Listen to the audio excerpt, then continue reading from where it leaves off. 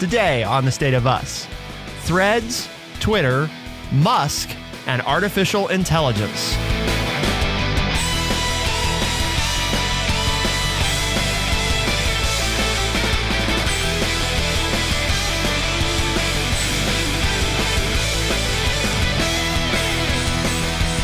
An abundance of reporting from the Wall Street Journal today. Twitter is planning to change its logo from a bird to an X. Soon we shall bid adieu to the Twitter brand and gradually all of the birds, Musk says.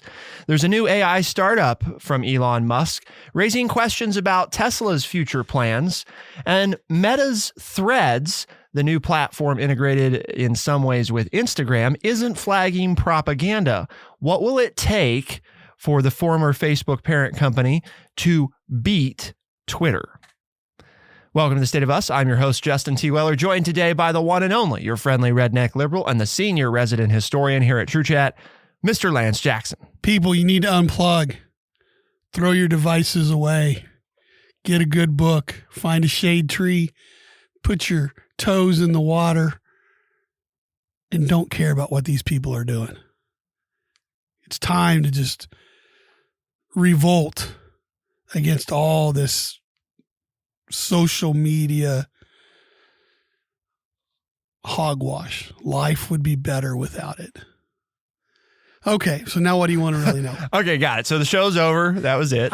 All done. That's my advice. That's your advice. Take it or leave it, you know. When are you throwing your phone away?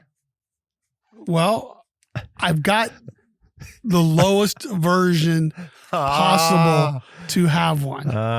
Sounds like some moral licensing. And it's only because my youngsters want to get a hold of me. Well, couldn't they? No, it was yesterday, right? Yesterday, I'm outside, right, enjoying the scalding weather we have going on right now, sweating, dripping through every thread of clothing that I have on, working away on my plantation of 2.3 acres. And one of my daughters texted me at 1:30. I didn't have my phone on me. I came inside at 6. I had another text from her at 5:30 saying, "Is everything all right? You didn't answer me." See what happens? I mean, it's like I unplugged and all of a sudden there's frenetic worry in the force about where's dad? I texted him and 3.5 hours later, he didn't answer. Is that an issue of the receiver or the sender? Maybe we have to reset expectations. Well, exactly. That's my whole point. I put it away, right? I'm out there doing my thing, and everything's fine. And they've been known to, my younger daughter one time, just a couple years ago, my wife and I were at the movies and we turned our phones off, being respectful patrons of the arts. And when we came out 2.5 hours later and turned our phones on, our youngest daughter had blown up the universe looking for us because she heard that there was a tornado that had gone through our hometown. And she wanted to know if we were all right. And when she couldn't get a hold of us, there was much angst and anxiety. So time to get rid of this stuff, But anyway, I digress. Elon Musk, we're going to let him become the next Andrew Carnegie, J.P. Morgan, John D. Rockefeller. Just take over the world with how many of our listeners know who those? Well, they should know. Okay. Did you want to give us a brief, and I know that's oxymoronic to say, but a brief history of? Well, they're just the captains of industry at the turn of the last century. Which century is that? Huh? Which century? At the turn of the last century. Well, I'm just saying, for our listeners, you might be... The late 1800s into the early 1900s. Okay. The 19th into the 20th century. Okay, back around your middle age. Yeah. Okay. But that was, steel magnet, oil magnet, and money magnet. And they basically were running the country. And they were more powerful and wealthier. Wealth beyond all reason. Wealthier than the United States government. Right. And we decided to chop them off at the knees because that wasn't a good thing for people to be that wealthy and that controlling.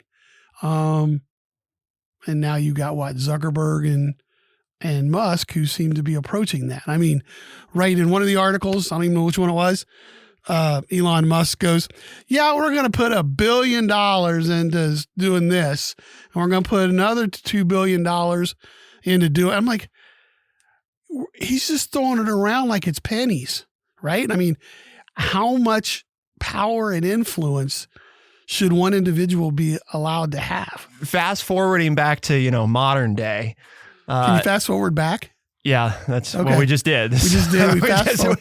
We fast forwarded back to modern day. All right. Back to the future, right? Mm-hmm. So anyway, Twitter is planning to change its logo from a bird to an X.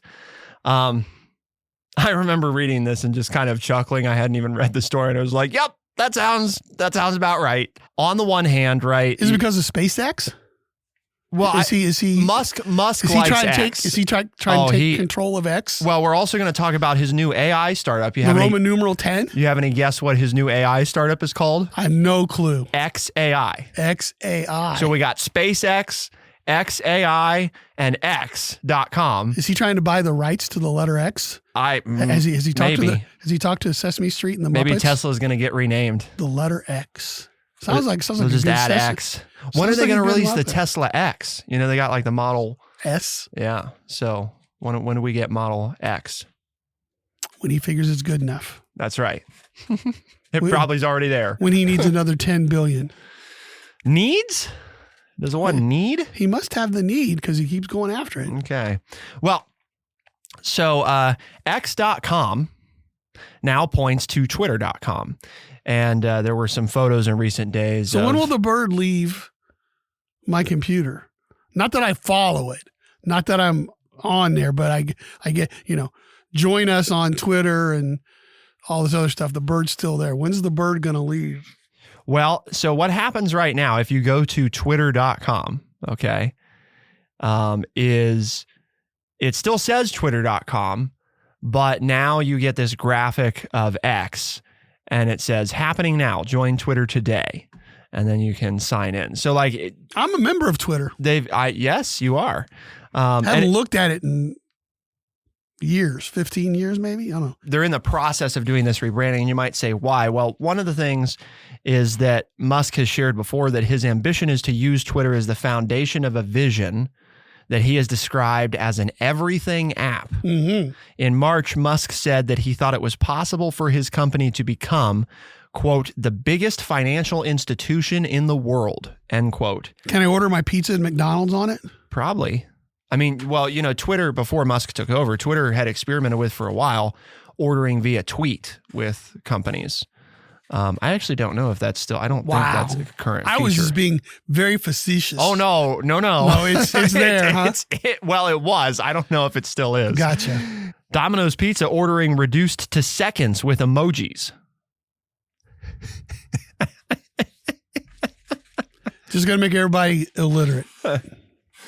Well, no, it's just a new type of literacy, Lance. The language of emoticons. How are you going to read the Constitution and the Declaration of Independence? Well, we'll have to translate them into emojis. If all you understand are emojis. We'll have to translate them. So anyway, Musk has this vision to basically make an app that incorporates news, video, commentary. So basically, it's like taking Twitter and blowing it up into, it's kind of, the feeling that I get from all this is our understanding of why he wanted Twitter is starting to become more clear, which is not because he liked Twitter, but because there was a user base and a platform already. And that was worth buying it for. He bought the customers. Yeah. He didn't really care for the brand or what it did. He bought the customer base. This is an opinion. We don't know that. Send his tentacles out right in a variety of new ways without having to build up a new following. Which is very valuable. Sure. I mean, yeah, you're going to lose people along the way. Right. But people have sold magazine subscription lists to companies for decades, right? I mean, to go again back in the last century. It's not necessarily this a new concept. Business idea. Yeah. Or when an old business person is going out of business, it's not uncommon for them to sell their clients to another business, to hand them over and say, my clients will now be served by this person. So, I mean, this is really what it is it's kind of another form of that. Are there going to be elements of what we've always known as Twitter? Yes. Is Twitter as it was known going to be the focal point for X.com moving forward? Probably not. I mean, the goal, it seems, is to use that tiny piece, but add all these other pieces that should theoretically make up as much, if not more, of what they're doing. I mean, again, right. I mean, is there a day that goes by that Elon Musk or something that he's attached to is not in the daily newspaper? I mean, as we're looking anymore, it's hard to... right. As we were looking, to do the research for this show, it seemed like every copy of the paper I picked up for 6 straight days had an Elon Musk story or one of his ventures was being talked about. So, I mean, isn't that what he's wanting? Right. I mean, to your point is the more you talk about me and the more I'm out there, I'm getting this free advertising for all of these different things that I want to do.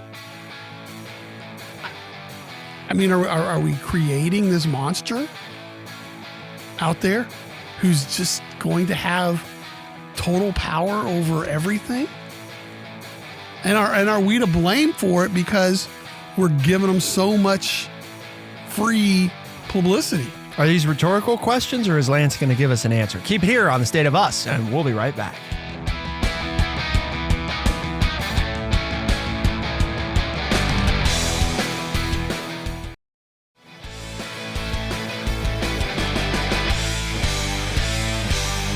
For years, Elon Musk's array of companies might have helped each other out, but their lanes were pretty clear.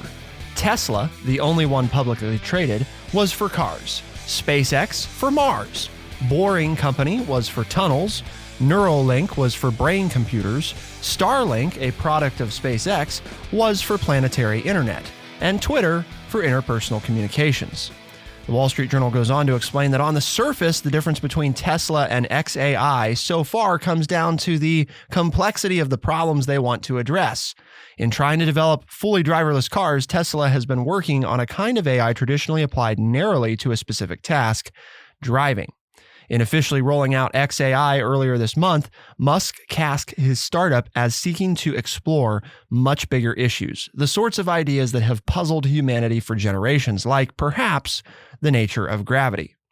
To do that, he wants to develop an advanced AI known as artificial general intelligence, with the hope of achieving what sounds like superhuman intelligence. Or, as Musk puts it, the company's mission statement is about creating an advanced AI that can answer, quote, what the hell is really going on, end quote. So that's XAG.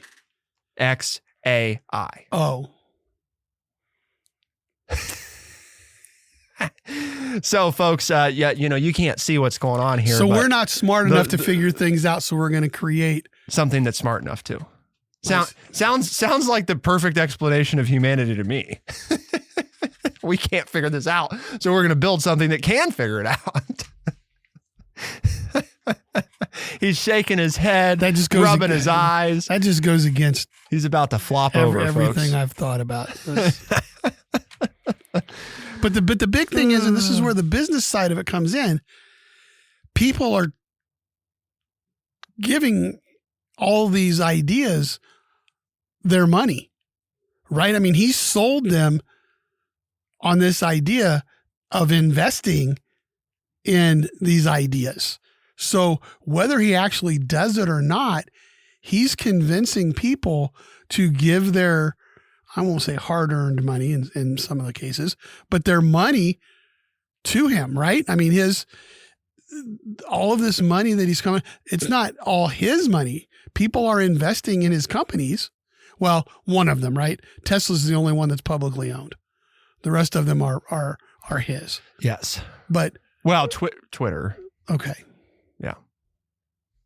But yes. So people are giving him money to do this, right? I mean, he's making these wild claims and dreams, and people are saying, you know what? We believe in you. I mean, is he really that smart, or is he the best showman since P.T. Barnum? Do I need to do another explanation? That's 200 years ago. Yeah, back when you were just a mild 40 years old or so. P.T. Barnum started Barnum and Bailey Circus, the whole idea that had the phrase, there's a sucker born every minute. So had some really famous things that he did, found an old African-American woman and portrayed her as the nurse of George Washington and traveled her around the country and charged people a dime to just look at her sit in a rocking chair. And her name was Joyce Heth, and she would have been 116 years old had she actually nursed George Washington. And he made like, $20,000 in 1840 or something off of that at a dime a piece. American's greatest showman, P.T. Barnum. Is that Elon Musk? I'm going to do this, and we're going to try to do this. And is it about actually? I've never done it. I'm just going to sell you on the idea, and you're going to turn loose of your money. Isn't it perception is reality? Exactly, right? I mean, so is Musk, to your point, just playing on the way we are as humans, right? We want to believe. So give me your money and I'll work on making you believe. I can't deliver. I'll promise you that I'm going to deliver, but just off the pure hope and adrenaline of what you want, sure, I'll tell you that. Snake oil salesman, right? Here, this will cure everything from lumbago to cancer. Just drink a bottle a day and you'll be fine. And it's 90 proof alcohol, right? And Elon Musk will give it all to you. Or at least make you believe that you can have it. That's right. For a price. Yep. Well, I know this sounds crazy. I mean, if you break it down, isn't that what he's doing? Weren't we going to talk about Musk and his AI startup and rebranding? And yes, but that is what we're talking about, because is what's being sold fantastic technology, or is what's being sold the whole concept of happiness is when you decide to have it? And rather than you having to make that conscious decision, he's giving people these things that they want to believe in, that they want to create, and that is that okay? That gives people hope, but is that okay if something right? If it gives you a positive outlook on life and you live your life here on Earth in a better, in a happier state, in a calmer state. I mean, I think that's what everybody's searching for. And if he's providing that, is that a bad thing? I obviously think it is, but because of the way he's going about it. But is it really? If he's bringing joy and happiness to people through selling them these ideas of what he may be able to do, and that hope springs eternal in them and keeps them young and vibrant and in a good mood, there's a lot worse ways to spend your life, right? Yep. So is this all a negative? What do you think? Huh? What do you think? Because it seems like you're leaning on the negative Elon train, which I would not blame you for. I wouldn't say I'm necessarily an advocate. I'm not sure I'm negative. I guess I just want people's eyes to be opened. That's what I'm on, right? I'm on the open your eyes. And if you're fine with that, if you're fine with what that gives you, okay, just know it exists. I mean, it's like, we don't talk about it a lot on air, but I'm a huge St. Louis Cardinals baseball fan. My entire existence for 12 months a year revolves around baseball season. Okay. Is that, for listeners that didn't know, is that a farce, right? I mean, because I know behind the scenes, the dealings and how they, abuse players and, I'm not talking about the superstars that are making lots of money. I'm talking about all the other people that, I understand the problems with professional sports.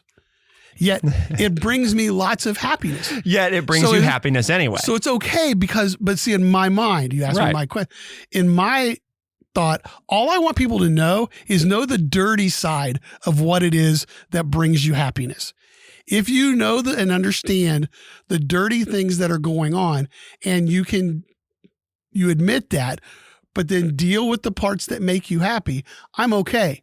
And that's where I don't think we are with Elon Musk. Those are fair things. And it's all right what we choose to be okay with or not be okay with, and what we choose to overlook or not overlook with anything that we like. I mean, nothing, right? And we've talked about that before. Nothing is all good and nothing is all bad. Is some of what Elon Musk, I mean, like, say that you care about climate. Does Elon Musk care about climate? I don't know. Does it matter if he helped spark, the industry boom and push toward all of the electric vehicles and getting, traditional auto manufacturers to get on board with that, and now helping propagate charging networks? I mean, does it matter? And it's not a rhetorical question. I don't know. Does it matter? Why? Does it matter why? Because the end result is still, some people are going to say he did it for altruistic reasons. Some people are going to say he didn't. None of us know. He may not even know. So should we just take the positive? Is he going to follow through and do it though? Because he's really good about making these bombastic statements about what he's going to do. The visionscaping, right? But who's then checking up on him 10 years later and saying, did you do it? Because he's going to build tens of thousands of EV stations at his own cost to allow all electric vehicle owners. To your point, that many times government needs to get out of the way, and major change is made by private citizens, made by entrepreneurs. That's what Musk is proposing. I mean, the government's him-hawing around and, we want, electric vehicles and all this other kind of stuff, but we don't have the infrastructure. And Musk is out there saying, well, guess what? Tesla will take care of it. We'll build them and we'll let, anybody use them. One of the ways that we can keep people accountable, right, is with competition. We've talked a lot about that on this show. And we've talked a lot about Musk, and we've talked a lot about AI startup and the rebranding of Twitter. But what about the new competitor, quote unquote, competitor to Twitter, which is Mark Zuckerberg's Threads? Now, as a reminder, Facebook did a rebranding, restructuring thing where, they created the parent company Meta, which now owns Facebook and Instagram, but it's Mark Zuckerberg, right, at the top. I mean, that's what we've got going on. So when I say Mark Zuckerberg's Threads, or we say Meta's Threads, remember that we're talking about the company that was once Facebook that changed its name because of its push into virtual reality and AI and, having. I'll try to follow that. Yeah, I know. I just threw out a lot of words. There are a lot of big words there. I appreciated that explanation because I would have failed the test. Yeah. So what would it take for Meta's Threads to beat Twitter? Well, for those that don't know, the new rival to Twitter is Threads, and so far it's been a pretty big success. To get its 100 million plus users coming back, the Instagram-linked text-focused app needs to replicate what made Twitter great: the quirky communities and rapid-fire real-time updates you can't find anywhere else. For the latest Wimbledon match and the Succession finale, I remain glued to the takes on Twitter. In California, it was the first place I checked after an earthquake. Fan-run subcultures such as those dedicated to Taylor Swift also thrive there. Twitter's declining usage and limits on the number of posts users can read give an opening to alternative like Threads. So far, though, using Threads is like showing up at a hip party and discovering there are no snacks or music. The app will need a lot more to beat Twitter. So Zuckerberg is sensing an opening here to lure some more users in and attract some more eyeballs and generate some more money long term. Interestingly, right now, Threads is not monetized. It is free. Of course, trying to get the user base, right? And then the common thinking is that you build the user base and you flush out the product and then you monetize it as time goes on. This is an opinion piece in the Wall Street Journal, and what I had just read from you was from the author. She goes on to explain that users are fickle, though, flocking to new social platforms, then abandoning them months later once the novelty wears off. Do you remember, quote, Be Real? No. Do you remember MySpace? I do remember MySpace. I had MySpace. I remember. I wasn't on it, but I do remember MySpace. Everyone in my network, the author goes on to say, myself included, is jumping on the Threads bandwagon. We're still feeling out what exactly Threads is. What are people talking about? Where are the memes? Is this just another fad? Keep it here on The State of Us, and we'll be right back.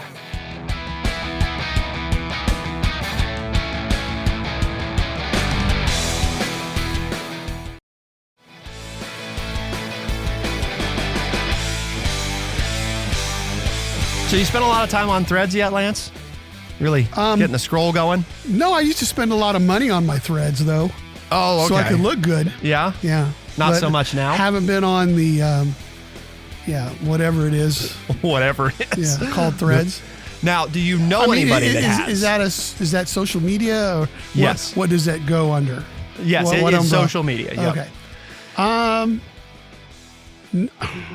Well, if they are, I don't know of anyone. I probably know somebody that is, but we have not shared that information with each other. Why, are you on it and you haven't told me? No, I am not You're on not it. on it. No, Okay. not on it. So not that we're the most qualified people. We just, full disclosure there, neither of us are. Well, as you were talking and giving all that information and all that background information, the thought went off in my head.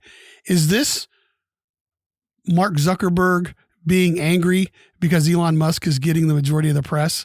And so Mark Zuckerberg needs some press. And so I have to do something to try to take some of the aura and the glow away from Elon Musk because my ego can't handle playing second fiddle. Well, I think, we talked. Or is it real? Is it a business? Musk's is it skill real? set, right? I think most people would agree is the visionscaping, right? I mean, that's part of what he's really good at, is building this vision that people can buy into. I would not contend that Mark Zuckerberg is one of such people. He's not a particularly exciting public speaker, a little awkward, always kind of has been. What he is good at and has built his empire around is either beating or acquiring other successful operations. He's a nuts and bolts guy. I mean, because you talk about when he rolled out Facebook, it really wasn't that novel of a concept. It really wasn't, originally the thought was basically taking what some colleges called Facebooks, which was like a directory listing of its students, and turning it into something interactive on the web, which really isn't that novel. I mean, you could contend that MySpace and some other platforms had basically already done similar things. Now, did he provide different functionality, different ways to connect? Yeah. So he took a fundamental, somewhat good idea and made it a great idea. You could also contend that, Snapchat came along and saw great success, and so did Instagram. And Facebook quickly copied some of those features. Then they bought Instagram, and then they used Instagram to copy the stories feature that made Snapchat so popular and erode Snapchat's ongoing success, and then added more features and built into an app that offered you more than what Snapchat alone offered you. And they effectively stopped Snapchat's growth. So they have a long history of basically copying without directly copying, and then building something that they would argue is better. And I think there are people that would also argue what they build is better. To make this show go full circle, what you just described for our listening audience is Andrew Carnegie and J.P. Morgan. Carnegie had the ideas and created all this wealth, and Morgan had the money and the influence. And so Morgan bought out Carnegie and then built on those ideas to create his empire. Morgan didn't have any ideas. He just had money. And so he bought out other people like Andrew Carnegie and turned Carnegie's richest company in the world to then he became the richest man in the world. You have your idea person and you have your nuts and bolts person. And that, and that's the way, I mean, I've always thought of myself more as an idea person, but I'm not good at the follow through, right? I don't have the tenacity to sit there and worry about dotting the I's and crossing the T's. I got a great idea. Somebody else want to run with it.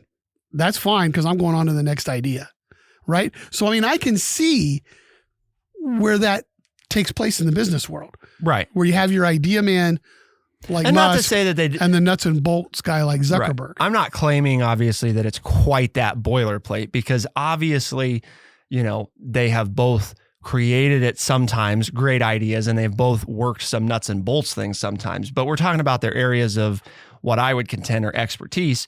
And also what it really becomes about is, Zuckerberg probably has ideas about what Musk is angling for, and everybody's push is toward AI, and nobody really knows exactly how we're going to make it super useful. We have lots of ideas, so that's part of it too, is there's a race right now. And it's less, I think, about specifically whether it's going to be Threads or Twitter or X or whatever. Is it a race? Competition? It's a competition. Yeah. Yeah. I mean, it's somebody is trying to get to the answer of what is the most valuable deployment of AI that we can do. So we can make a lot of promises about AI, and there are lots of promises about what it's going to do, But for anybody that's interacted with AI in some way, we also all would probably contend that it's definitely not to that point yet. There are clear limitations to its capability to understand or interpret what we want, to grasp context, and it's getting better. I mean, we've used some stuff that clearly, is getting better, but it's not to that kind of top level yet. However, one of the ways you get there is by getting more data. The more data you have, because that's part of what AI is based around, is what it's really good at is scanning and learning from vast troves of data. And where are some of the most elaborate forms of data held? Social media companies. So those sorts of things are highly valuable information if you're going to try to train something to understand people, or maybe not to understand, but to be able to interact with. Understanding would, I think, conjure some notion of consciousness, which we've debated before. That's an elusive term. Humans are self-aware, and we say that there aren't other animals that are self-aware, but we also can't really communicate with the other animals well enough to know if they're self-aware or not. So, are we biased to what constitutes consciousness? Not to throw out a huge...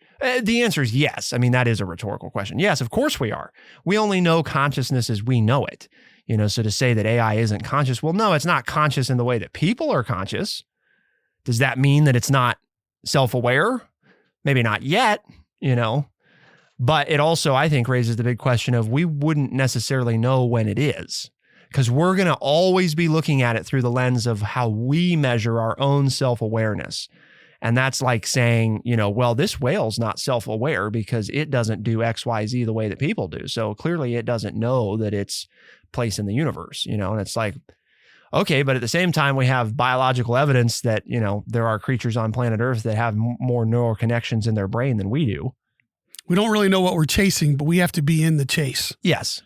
Because somebody's going to come up with somebody's going to come out on the other side. And if you're not in the chase, you don't even have a chance. Yeah.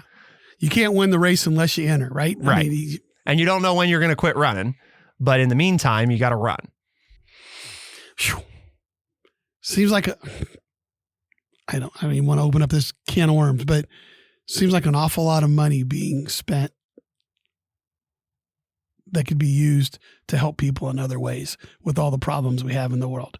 But I know the comeback then is, but if we have AI, then it can solve all the problems that we have, which we are not very good at doing anyway, because otherwise there wouldn't be the problem. Right. Yeah.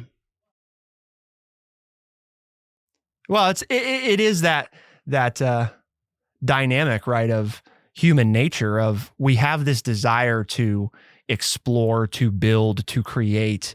It's the same reason you could argue is space exploration. It's exactly important. what was There's going on in my head when you said that. Yeah. There can make awesome cases about why it would be great for humanity, how it will advance us as a species, how it will ensure our survival. Those are not illegitimate arguments. At the same time, you could also easily contend that the many, many billions and billions and billions of dollars that we have spent collectively as a human society, on space exploration have yielded very little in the way of material gains for society. And if we had taken that same money to, solve problems like cancer, maybe, or build we housing. may have an answer. Or build housing or feed people or, but does that mean that we shouldn't do it?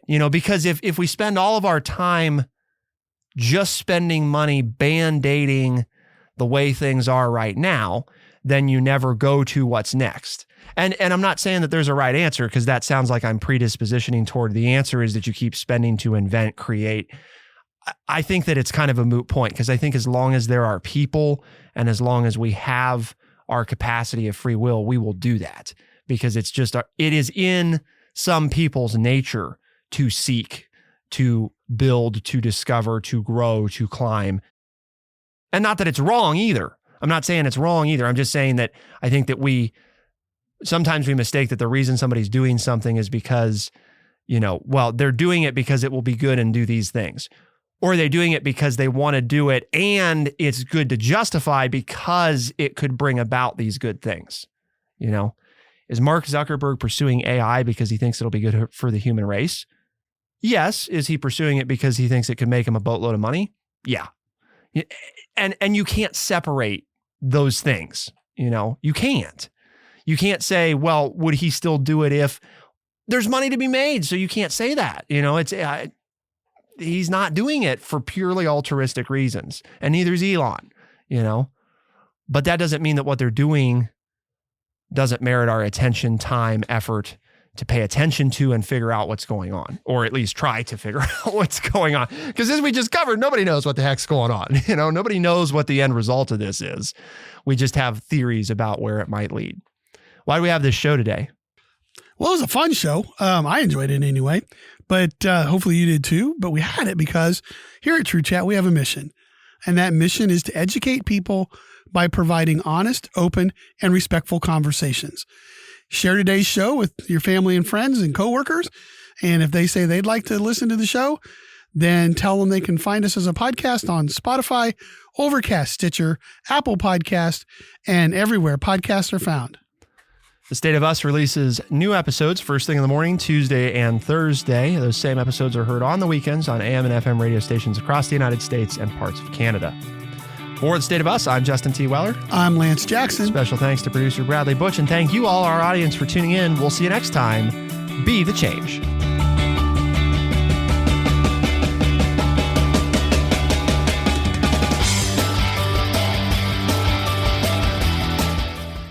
Be sure to check out our website, thestateofus.org, for books, articles, and all the ways to tune in. thestateofus.org.